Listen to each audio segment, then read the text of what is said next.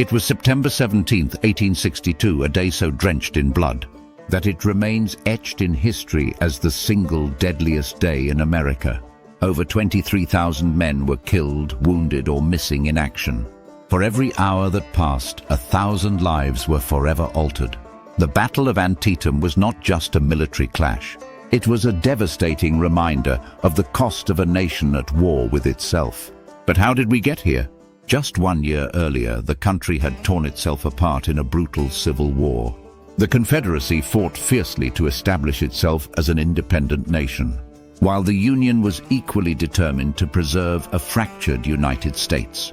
By mid-1862, the war had escalated beyond anyone's expectations, with both sides desperate for a decisive victory. When Confederate General Robert E. Lee launched an audacious invasion into Maryland, the stakes could not have been higher. Yet what unfolded on that fateful day wasn't just another battle. It was a turning point, a savage clash of ideals, armies, and destinies that would reshape the course of the war and the future of a divided nation. What decisions led to such catastrophic losses? And why does Antietam matter so deeply even today? Let's dive into the bloodiest day in American history. By the summer of 1862, the American Civil War was at a critical juncture. For over a year, both the Union and Confederate armies had endured heavy losses, but neither side had achieved a decisive breakthrough. Confederate General Robert E. Lee, commanding the Army of Northern Virginia, saw an opportunity to change the tide of the war. His bold plan was to carry the conflict into Union territory, invade Maryland, and pressure the North into seeking peace. Maryland, a border state torn between Union and Confederate loyalties, was strategically vital. Lee hoped his invasion would not only disrupt Union supply lines, but also inspire Confederate sympathizers in the North. A Confederate victory on Northern soil could even convince European powers, like Britain and France, to recognize the Confederacy, providing much-needed diplomatic and military support. On the Union side, General George B. McClellan led the Army of the Potomac, known for his excellent organizational skills but criticized for his overly cautious nature. McClellan had been tasked with stopping Lee's advance. Despite his reserved approach, fortune smiled on McClellan in an unexpected way. Union soldiers stumbled upon a copy of Lee's battle plans near a campsite in Frederick, Maryland, wrapped around cigars. This document, known as Special Order 191, revealed Lee's strategy and the locations of his divided forces. With this intelligence, McClellan had an unparalleled advantage. Lee's forces were spread thin, making them vulnerable to a swift Union strike. Yet McClellan's hesitation, driven by his belief that Lee's forces were stronger than they actually were, allowed Lee time to regroup near Antietam Creek, close to the small town of Sharpsburg, Maryland. By September 15th, Lee had consolidated his army. Meanwhile, McClellan's Union forces, nearly double the size of the Confederate army, arrived in the same area. Skirmishes broke out as the two armies prepared for the inevitable clash. Civilians fled as the town of Sharpsburg braced for what was to come. As dawn broke on September 17th, the scene was set for one of the most devastating battles in American history. The two armies faced each other across the quiet waters of Antietam Creek. What followed was not just a battle, but a blood-soaked turning point in a divided nation's history.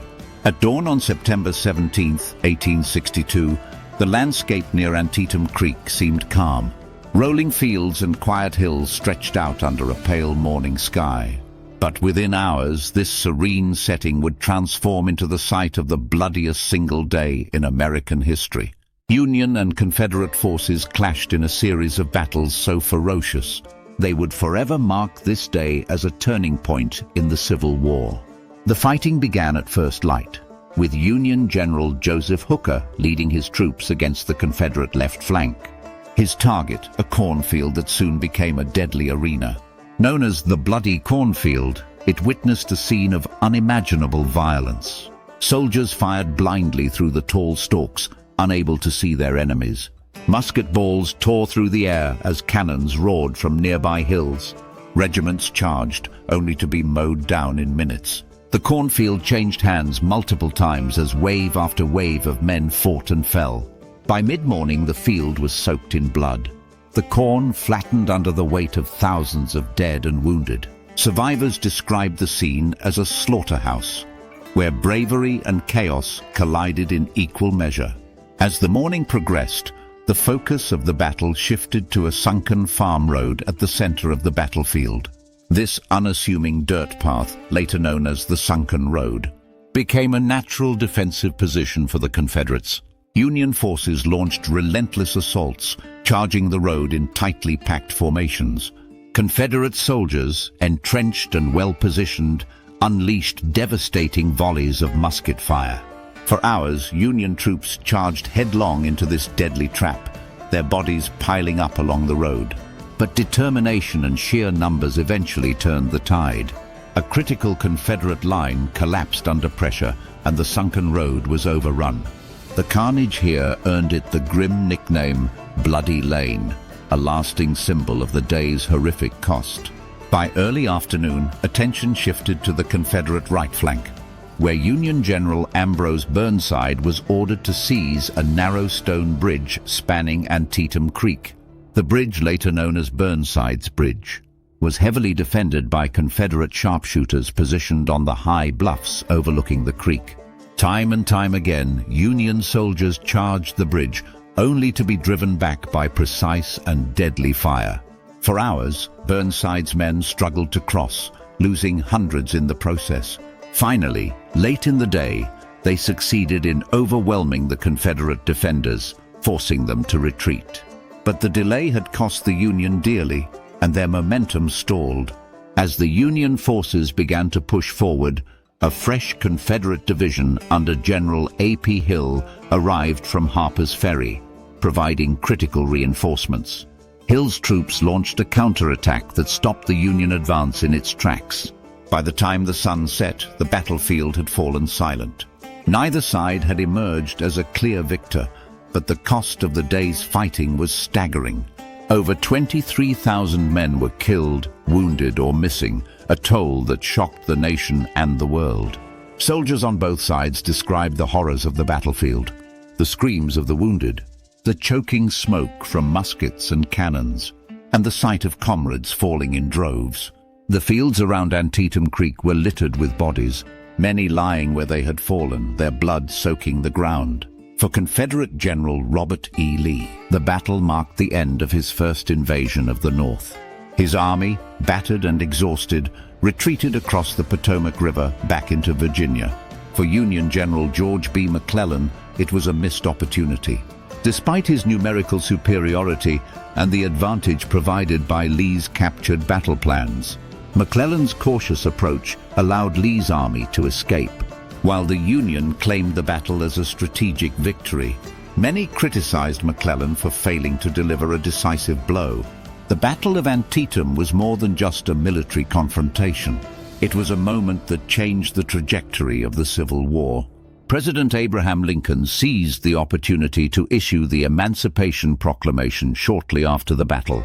Though technically a draw, Antietam provided the Union with enough of a victory to justify this bold move, transforming the war from a fight to preserve the Union into a battle for human freedom. On the fields of Antietam, thousands of soldiers made the ultimate sacrifice. For those who survived, the memories of that day would haunt them for the rest of their lives. The cornfield, the sunken road, and the stone bridge. These places became symbols of the unimaginable cost of war.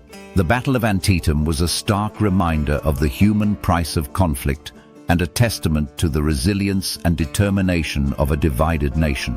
As night fell over the fields of Antietam, the battle was over, but its consequences were only beginning to unfold. The staggering numbers spoke for themselves. Over 23,000 casualties, including nearly 4,000 dead. The sheer scale of human suffering shocked a nation already weary of war. No other single day in American history had ever claimed so many lives. For the Confederate Army, the battle marked the end of Robert E. Lee's first invasion of the North. Although Lee's forces managed to retreat across the Potomac River back into Virginia, their campaign had failed to achieve its objectives. The hoped-for uprising of Confederate sympathizers in Maryland never materialized, and the Confederates were unable to secure the much-needed supplies and morale boost they had sought. Lee's army, battered and depleted, was forced to adopt a more defensive posture for the time being.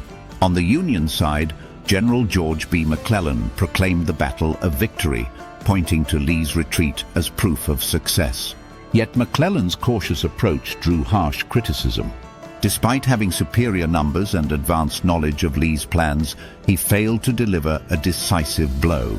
Many in the Union leadership, including President Abraham Lincoln, grew increasingly frustrated with McClellan's hesitance to pursue Lee aggressively. In the weeks following the battle, Lincoln made the controversial decision to relieve McClellan of his command. However, the Union claimed a strategic victory that had ramifications far beyond the battlefield. 5 days after the battle, on September 26, 1862, President Lincoln issued the preliminary Emancipation Proclamation.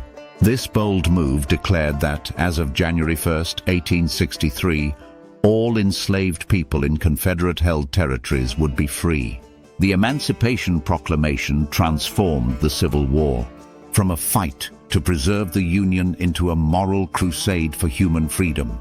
It galvanized abolitionist support in the North and undermined Confederate hopes of gaining recognition and support from European powers like Britain and France. Antietam became a turning point, providing the Union with a renewed sense of purpose and reshaping the narrative of the war. It stands as a sobering reminder of the cost of war and the resilience of a nation struggling to define its future. Today, the battlefield is preserved as a national historic site, where visitors come to honor those who fought and to reflect on the sacrifices that shaped the course of American history. The Battle of Antietam remains one of the most pivotal moments in American history. On that fateful day, over 23,000 men paid the ultimate price, leaving a legacy of sacrifice that echoes through time. The rolling hills and quiet fields of Antietam Creek became a crucible where the future of the nation was forged. A future no longer defined solely by preserving the Union, but by the fight for freedom and equality. For the Confederacy, Antietam marked the end of their first bold invasion into Union territory, a missed opportunity to tip the scales in their favor. For the Union, it was a moment of resilience and a stepping stone toward a higher cause, the emancipation of millions enslaved. Lincoln's Emancipation Proclamation, issued just days after the battle, would redefine the war and its place in history. Today, the battlefield at Antietam stands as a somber reminder of the cost of war and the enduring quest for justice. It invites us to reflect on the choices, courage, and sacrifices that shaped the nation we know today. What are your thoughts on this turning point in history? Let us know in the comments. And don't forget to like, subscribe, and share this story with others. This is History Replay, this day.